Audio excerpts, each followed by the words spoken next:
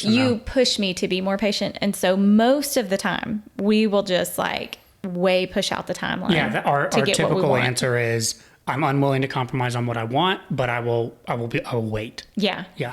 But in this particular scenario, like pushing out the timeline and getting exactly what we want while we're living here at the building, it didn't make sense. It just didn't make any sense. Yeah. We're Nick and Hannah True, and we'll help you craft a money story that not only gives you personal freedom, but also creates a positive impact in your family and community. Welcome to Craft Your Money Story, a Mapped Out Money podcast. So we have done a lot of prioritizing our spending over the past, 2.5 years, going through different renovations. We've always been super like optimizing and prioritizing of spending, but we have had to reach an entirely different level, I think. Definitely, for sure. So that's kind of what we're going to be talking about today is how do you navigate those different like spending decisions, especially when you have something big like a renovation project. Yes. Yeah. Or could be a big vacation or, anything that's larger that you're like, oh my gosh, how do I think about this? Yeah. So I think before we jump into the framework for how we kind of try to think about optimizing these, I wanted to make sure that we gave some background on having a shared vision and the importance of that. So for us, we use this vision document that basically helps us be aligned on some of the most important items. And so everything that we're going to talk about for how we make specific spending decisions around a project or around a vacation or whatever, it's all in light of having a shared vision at first. How long have we been doing? We've been doing the vision doc for 4 or 5 years, maybe 3-4 years, something like that. I would say at least 2018. Okay, so 5 years. Yeah. We've been doing this for a while. Yeah. And the vision doc, we have not been perfect on this, but we do try to update it quarterly. And so that helps us just kind of remain grounded on what the big picture items are. So to give you a taste of what I mean when I say this, let me just pull this over here. So it's also really nice to revisit it that often because stuff changes. Yes. It changes so much. Totally. So it helps you remember where you're going, but also make adjustments when you need to. Yes. So for us, like some of the things that are on our doc are these shared visions or milestones for the future, and then also kind of some core principles that I would say we manage our money by. So one of those would be we don't really use credit card debt. We don't run up credit card debt for discretionary fun spending. Yeah. And so we will use debt like this building, right? We took a commercial loan for the building. We also took out a personal loan to help fund some of the initial renovation costs of the Airbnb and everything. And so for context, like we did not do that on the house that we bought in Correct. Fairhope. For just like our residential space, we were both on the same page of like, we're not going to do that. Yeah, that's a good point. So we didn't do it for what we want. We'll take out debt for the purposes of investing in this case. But we won't use, credit card debt to fund a vacation or to buy something for fun or whatever. So that's an important sort of shared thing. We also try to, with that means we try to cash flow as much as possible. So we're very, very clear on exactly how much money we make every single month and how do we best use that cash flow towards whatever we're prioritizing. Everything we have going on. Yes. Yeah. Yes. And so right now we're currently in a season of our life where we're prioritizing a huge chunk of our monthly income towards long-term wealth building, AKA the building, right? And so we're currently using roughly 40%, sometimes a little more, of our take home in order to fund it into building renovation projects. And so a lot of the projects that we're doing on the building are coming from monthly cash flow. As we make money, we pour it back into the building, more or less. And then some of the milestones, like I said, so, for the next 3 to 5 years, some of the milestones that are on our vision doc are real estate investing for long-term wealth building, saving up a down payment on our house. So, we're not going to be in the building forever. We don't know how long, but maybe, 3 to 5 years is kind of what we're throwing out there right now. And whenever we do decide where we want to live for, a decade or more, we want to be prepared. And so one of our priorities over the next few years is to save a down payment. Yeah.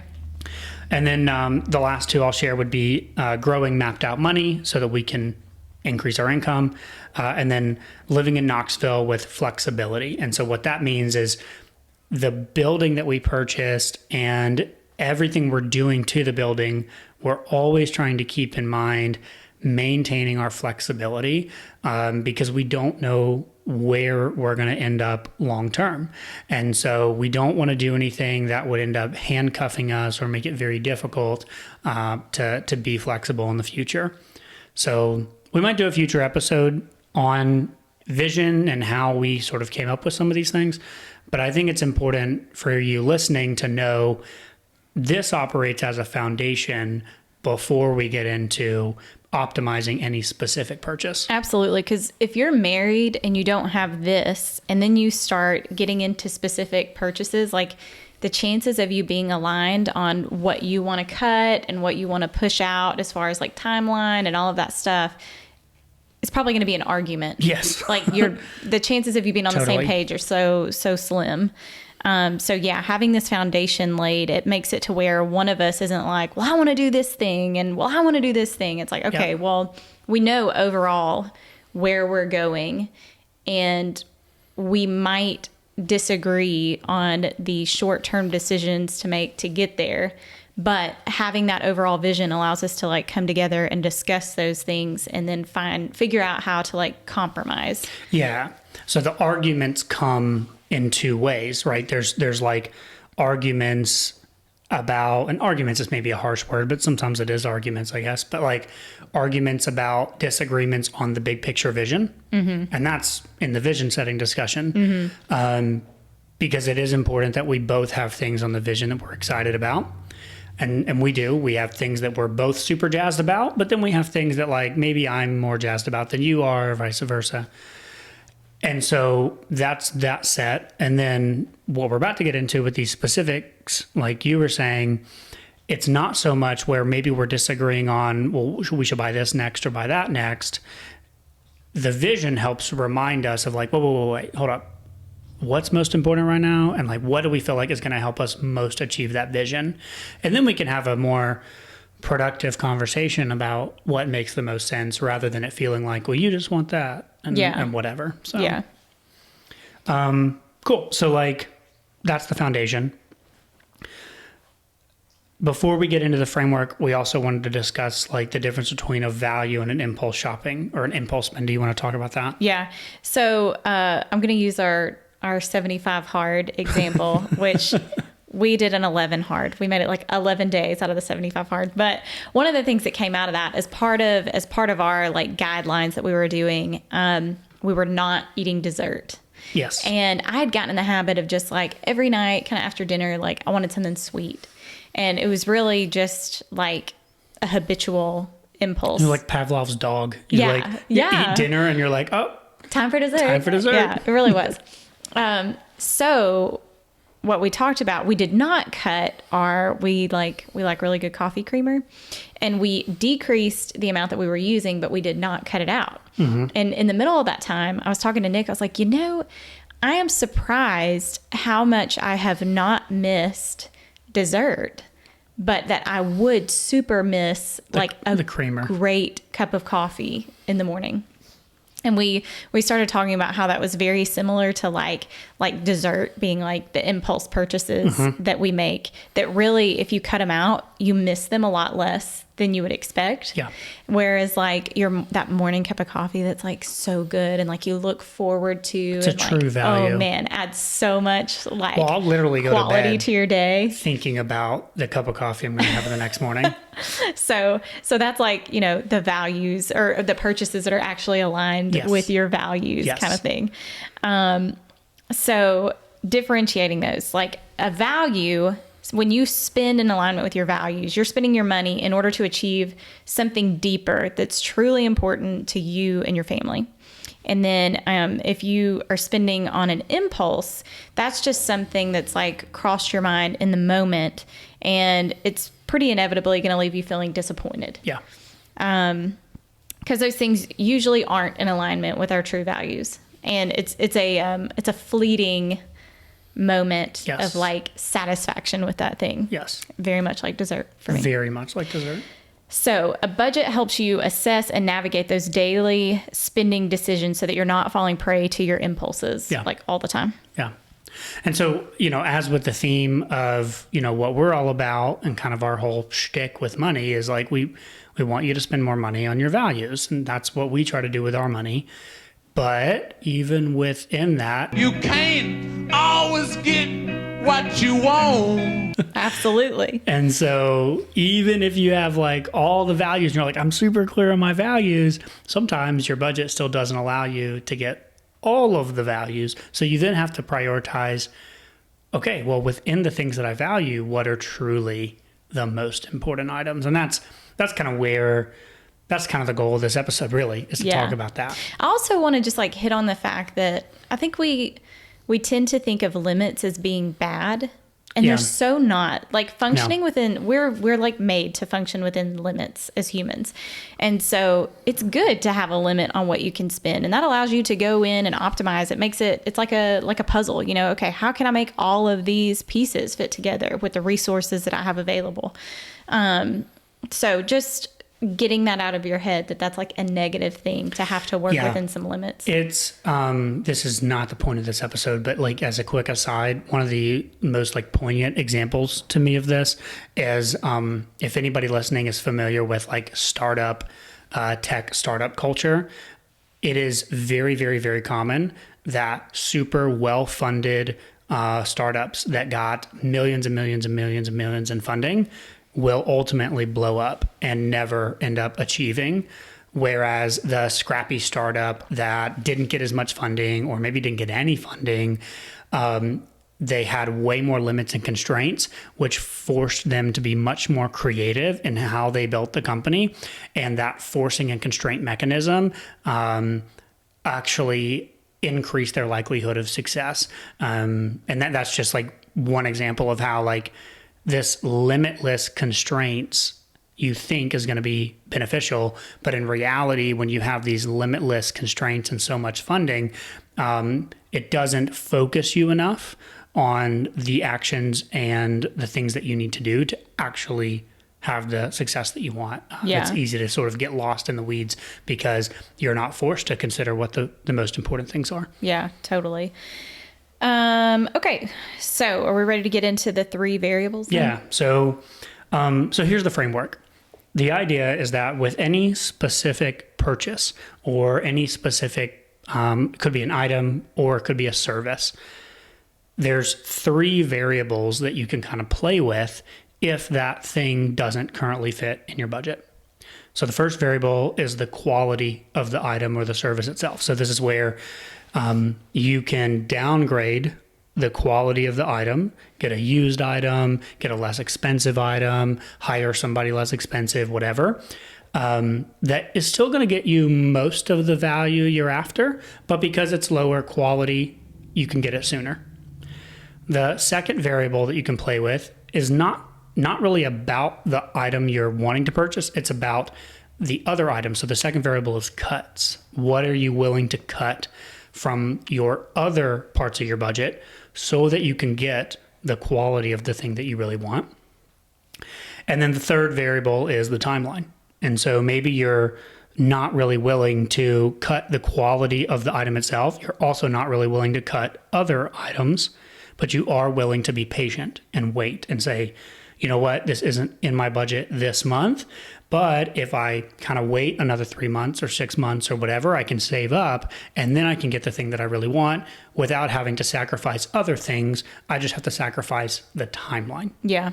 I think early on in budgeting too, you can do a lot more in the cuts department. Yes, totally. So like when we first started budgeting, I remember, it was like, oh, well, we can cut cable and direct that money over here or, different little things like that. And like the more you budget and the more tuned in you get on what you're doing, there's fewer places that you can make these like big meaningful cuts. Yes. And you're have already to focus, pretty optimized. Yes. You have to focus more in on the quality of the item that you're looking at or adjusting that timeline. Yes. Yep. So, and of course, I should say, like, technically there's a fourth variable, which is like make more money. But that's not really the point of this episode, because that still doesn't really help you determine. You're always going to have a fixed amount of money.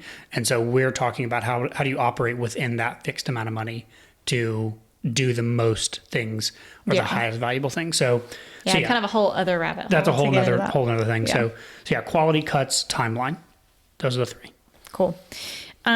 So we thought we'd give you an example from something that we've been working through here at the building. And like we mentioned in our last episode, like, it's cold a lot of the time, so we wanted an indoor workout space. We also didn't want to have to go to a gym, so that means like accumulating some equipment for ourselves. Well, and let me back you up just a little bit. Okay. So we want a home gym, right? We talked about that in the last episode because of driving and stuff. We won't rehash that. We want to be able to work out at home. And so I opened up a Notion dashboard and I started putting in all the links to all the stuff I want, right? I want the bench press. I want the pull-up bar. I want the rack. I want the da-da-da-da. We outline everything. Well, including an outdoor building. Yeah. And so because our building didn't have a place where we were like, oh, this is a perfect workout space. Yeah, we don't have any sort of like garage or anything. We don't have a garage. We do have a basement, but the ceilings are pretty low. And so like I could probably work out in there pretty easily. I can't. Nick cannot. So we didn't have any space like that. So it would mean getting in an outdoor building. So we were looking at getting an outdoor building, which was going to add like $4,000 or $5,000, I think. At least. And so we total up everything, build the whole spreadsheet out of like our dream gym, and the whole thing, including the outdoor building, is probably going to be like $12,000. So that means, we don't have the $12,000 right now. Doesn't fit into the budget to just do that. And we are not really willing to cut a lot of other things we're working on to speed that timeline up because we've got other priorities at the building. Yeah, like that project, the workout project, that's personal. That's personal. Like that's just our stuff. Yes. And so we weren't willing to cut things that we're doing on the building that actually make the building a better investment in order to siphon that money to the workout space. And so the variable that we're playing with the most really is then the quality of the home gym setup, right? Because there are specific items within the home gym that I'm unwilling to compromise on. Like I want the specific dumbbells that I want or something like that. The timeline. Well, the timeline, yeah. But I was just saying like, okay, yeah. So I don't want to confuse things. So the timeline and the quality of the thing itself really are the two that we're playing with. And so Nick was pretty set on the quality of what he wanted. Like there's certain things that are certain brands that you want, and you don't want to go get a cheaper version of those things. And so after mapping out, okay, like as far as equipment goes, this is what I want to get. And looking at all of that total, then we were like, okay, well that puts the timeline out here to actually like be getting those things. And it was like several years. Yeah. Way out. And like we said earlier, we're not planning on living at the building forever. And so to push that out a few years or maybe 18 months to 2 years, say by the time we like started doing the outdoor building kind of thing and then slowly adding equipment to it, it kind of already didn't make sense. Yeah, well, by then, this goes back to what's one of our core things on our vision is flexibility in Knoxville, right? It's hard to bite off putting that big of a investment into the building that truly is for personal use because we're not, like, I'm not going through the process of opening up a gym to the public and like liability insurance. Like, we're not building a gym. This is just our gym. It's just for us. Yeah. And so it doesn't make a lot of sense to pour that kind of money into this property for a gym, knowing that we might do that and then literally move 6 to 12 months later. Yeah. And so we were like, well, okay, you know, the equipment would go with us. And then like maybe we could rent out this exterior building to somebody for something, but I don't know. We kind of just decided like, that's not really the optimal way to invest money at the building. Yes. And so where's the middle ground where we can have an indoor workout space, be accumulating some equipment that can move with us. And the other nice thing about equipment... But it's not all the equipment that we want. It's just some. Yeah. Yep. But the other nice thing about equipment is like you can get one piece at a time. Yes. It doesn't have to be a bulk purchase. And so as you might guess, we came to a point where we were like, okay, we need to nix the outdoor building. Yeah, because that's basically doubling our cost effectively. Yeah. And there's a small office down here off the co-working space. And it's really the worst office. Yeah. So there's a conference room, and then there's 4 offices. We have one for our studio. We're renting one. We're going to rent out the other one. And then this small one we were going to rent as well. But it's like the worst location, the smallest one. It's the least desirable and would pull the least amount of rent. Yeah. And so you were kind of like, hey, what if we just put like a bike and a rowing machine and like some weights and stuff in there? And then, we can just kind of have that as our workout space. And then when we move, then we can rent it out. That can turn into whatever it needs to turn into. But that felt like a way better compromise. And so we're sort of downgrading the amount quality of equipment and the amount of equipment, if you will, the quality of the home gym by downgrading the building, still the and all that equipment stuff. that you want, some of the equipment that we're going to get, but just not as much of it, and not the outdoor cool, big, huge building space or whatever. Yeah. And then that speeds up the timeline so that we can actually like start working out this winter inside. Yeah. But again, going back to having that vision, we know it's like, we're sacrificing right now and not having the optimal gym setup that we would really like. Yes. But that's not forever. Not forever. Like just when we know when we're looking at houses and when we buy our future house and all of that stuff, like we're going to both be prioritizing like, okay, can we have a good setup for working out at home that we're both really happy with, and all of those things. So adjusting that timeline and both being on the same page with that, knowing that like down the road we can do this the way we want to do it. Yeah. Yeah, I think the takeaway for us has been asking ourselves the question, what are the things we're unwilling to compromise on? Which, I think we shared this last time, but leading up to this, we spent months going back and forth of whether or not we should join a gym or just work out here. And finally we landed on working out here. So that became the thing we were unwilling to compromise on. We're going to work out here. Great. Then it was like, okay, well, what other things are we unwilling to compromise on? And then that helps us think about which areas we're willing to reduce the quality so that we can get the overall value we're looking for. This example was particularly interesting for us though, because normally you're very, very patient.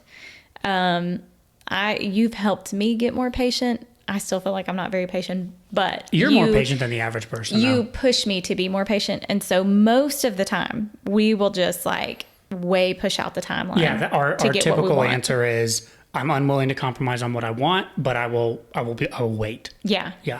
But in this particular scenario, like pushing out the timeline and getting exactly what we want while we're living here at the building, it didn't make sense. It just didn't make any sense. Yeah. Yeah. It didn't so it was interesting to like come back and then go, okay, like what other adjustments can we make? Yeah. Yeah. So I want to give like maybe one or two other just quick examples of this framework to give people something to chew on for how they can apply this, for them. So the other example I wanted to share was this outdoor project for the co-working space. So Hannah and I, we tend to dream big. And so when we first bought this building, we're like, we could build this upper there might deck have been a rooftop hot tub involved. I don't know. And like and we could do all this stuff. So we dream big. We see potential, right? We see what it could be. And then we kind of dial it back. And, but one of the projects that we'd like to do is the front porch area. We want to close it in, not completely closed in, but like with just do like a little like privacy slat wall. Slatted. That's the word. Yeah. We're right on a busy road. Yes. And we don't have a lot of real pretty things to look at right here. So we kind of want to still let light in and everything. But do some plants, have an outdoor sitting area. So when the weather's nice, people that are working here can go outside if they want to. Just kind of give people that option. And like you said, the sort of a privacy and nice place. And then we're going to do a smaller version of that, very much smaller version of that on the side of the building as well, where there's a landing. And so those projects, we started looking at, okay, well, the wood and the stain and the furniture and kind of all the money that it's going to take to do that. And we really, then started needing to go, well, that's going to be expensive. What are the things we're willing to play with, right? So if we think through the quality, cuts, and timeline, on this example, we really didn't want to cut the quality of this particular project. We felt that this project was important.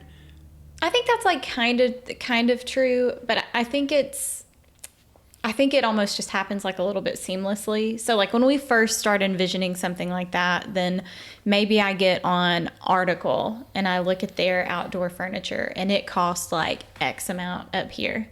And then I go like, okay, well, what can we get for a similar look that's like less? So I think we do play with the quality on the front end, but it's only to a certain degree. So then we go like, okay, to get furniture that's this kind of vibe and, at least this quality, we're talking about X amount of dollars. Yes. So we have played with that quality on the front end. It's just not. You're right. So we played with it, but then once we land on it, then we're like, this is where we want to be. This is where we want to be. Yeah. We're not going to go down any more than that. And so then the main thing that we've done in this particular project is cut the other projects, right? So yes. We ended up cutting an interior fireplace project where I was going to build out this like killer fireplace wall and put a really nice electric fireplace in and now we're like, okay, scrap that. Maybe one day, but like scrap that for now. And then the other thing that we are scrapping is buying tables for the inside. And instead I've been building tables. And so that's a skill that I've been able to really learn by watching YouTube videos mostly. We priced out like buying really big tables and they were like, for the biggest, several thousand dollars. Whereas Nick can build it for maybe $800 in wood. And so, cutting some things in there. And again, it's like the interior is well on its way to being like, okay, this like legit. It looks pretty cool in here. It's like nice and functional and whatever. And then the outdoor space is non-existent basically at this point. Like the patio is there. It's got a roof and space, but there's no furniture. It doesn't look cool, whatever. And so at some point it's like, okay, when does it make sense to stop making the inside like even nicer, and instead move out here? We can make a bigger impact basically by doing the outside. That's how to say it. Like, okay, our money is going to make a bigger impact to bring the outdoor space up to the level of the inside. Yes. And then come back to the inside and do some of these things that are going to make it just like over the top cool, and like the electric fireplace. And with the tables, it's like, could we pay a few $1,000s and get nicer, big, custom wooden tables that would be way better than what I can build? Yes. I don't really think so. Nick's tables are pretty good. But can I build a table that's like good enough and nobody will really know the difference? Yeah. Yes. And so, cool, let's do that. And then we can put money into the exterior. Yep. So the last example is what I would call dope trips or like nice trips, right? And so it's not that we've completely nixed traveling this year, but we have significantly adjusted the quality of the travel that we're doing. Mm-hmm. And so we had originally planned to take a beach trip in January. We cut that entirely. We were going to go to Boise for a conference actually last week. Mm-hmm. We cut that entirely. Back in January, we went to see Nate Bargatze. That's right. We went to see Nate Bargatze. City. And like we still went on that trip. We still spent the night in Johnson City, but instead of renting one night like in a hotel instead of like a whole cabin 4 nights in a cabin. Yeah. Yes. Yeah. And then we are going to go camping next week for our anniversary, but we're just doing like tent camping 2 nights, pretty cheap. And then we've got one kind of short beach trip planned also in a campground rather than like an Airbnb. And so we had some trips that we wanted to take this year, but in order to be able to prioritize, the building stuff, we toned down and adjusted the quality of the travel. And so if you're thinking about these variables, quality, cuts, timeline, we didn't make any cuts. In terms of the travel, we didn't make cuts elsewhere. We adjusted the quality of the travel to prioritize the other items, knowing that, hey, we're going to kick the timeline for these nice trips, these bigger trips that we'd like to do. We're going to kick that down the road. Yeah. Shifting perspective back to our workout space. like when we were looking at Airbnbs for our Johnson City trip, and it was like, oh man, this is going to be like $1,000 to go and do this, how we were originally thinking. Like, do we want to spend $1,000 on that, or do we want to put $1,000 towards our home gym setup? Thankfully, we're both on the same page with most of those things most of the time. Yeah. It's not like one of us wanting to go on this like super dope trip and the other one like, no, I want to, cut that or whatever. But that just comes back. The way you get there is just through having those regular vision conversations and talking about what's important and where you're headed and all of that stuff. And we do balance each other, because if we're being honest, I would not travel at all this year. You would cut all travel. I would cut all travel 100%. Yeah. And just put it all here into the building and into our gym and into that kind of stuff. But that's harder for you, and you want to, and like, it's not that I don't enjoy travel. It's just, so I want people who are listening to go like, well, I don't see the same, me and my spouse don't see eye to eye. And it's like, well, I don't want to give you the impression that we always see eye to eye. That we're like 100%. Yeah. Yes. Cause you would completely cut it, but we're both willing to cut it like significantly. Yes. And so we try to come to the middle and go like, well, how can we still travel and get some of the things that we care the most about, which is like, for us, this camping trip, we care about getting in nature. We care about getting away to just unplug and have time with each other. Yeah. We can do that way cheaper and get the majority of the value of travel for us through camping in a cheaper place. We won't get to see some like amazing places that we really want to go, but we can do that in the future. Yeah. And we'll kick that timeline down the road. And then in the future, we'll make other cuts to make that a priority. Totally. Are there any other like big examples you wanted to include? No, I think that's it. I Everything? think hopefully that gives people a good idea of how we kind of think about those variables and how we kind of prioritize different purchases. I agree.